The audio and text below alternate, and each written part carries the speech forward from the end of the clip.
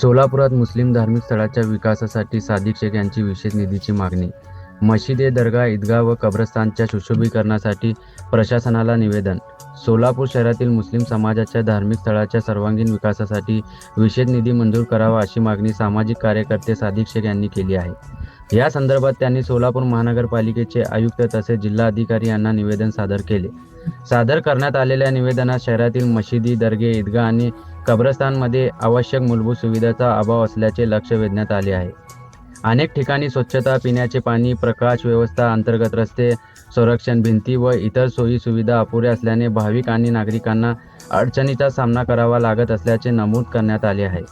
धार्मिक स्थळाचे सुशोभीकरण, परिसर सौंदर्यीकरण, वृक्षारोपण, बसवण्याची व्यवस्था, पथदिवे आणि पिण्याच्या पाण्याच्या सुविधा उपलब्ध करून देण्याबरोबरच शहरातील सर्व कब्रस्तानचा सर्वांगीण विकास करण्याची मागणी करण्यात आली आहे. तसेच तुटलेल्या कंपाऊंड भिंतीची दुरुस्ती करून आवश्यक ठिकाणी नवीन संरक्षण भिंती उभारणे, प्रवेशद्वारे, अंतर्गत रस्ते व पाणीपुरवठा सुविधा उपलब्ध करून देण्याची मागणी करण्यात आली आहे. कब्रस्तान आणि धार्मिक स्थळाच्या नियमित स्वच्छता व देखभालीसाठी कायमस्वरूपी निधीची तरतूद करण्यात यावी अशीही मागणी निवेदनातून करण्यात आली आहे.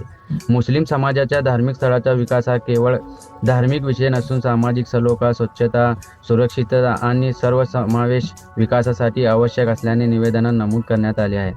यावेळी सामाजिक कार्यकर्ते सादिक शेख यांनी सांगितले की समाजाच्या न्याय हक्कासाठी आणि विकासाच्या मागण्यासाठी भविष्यातील शासन व प्रशासनाकडे लोकशाही मार्गाने निवेदने, आंदोलने, आवश्यकतेनुसार उपोषण करण्यात येईल. मुस्लिम समाजाच्या मागण्याबाबत प्रशासनाने सकारात्मक निर्णय घेऊन तातडीने कारवाई करावी अशी अपेक्षाही व्यक्त केली आहे.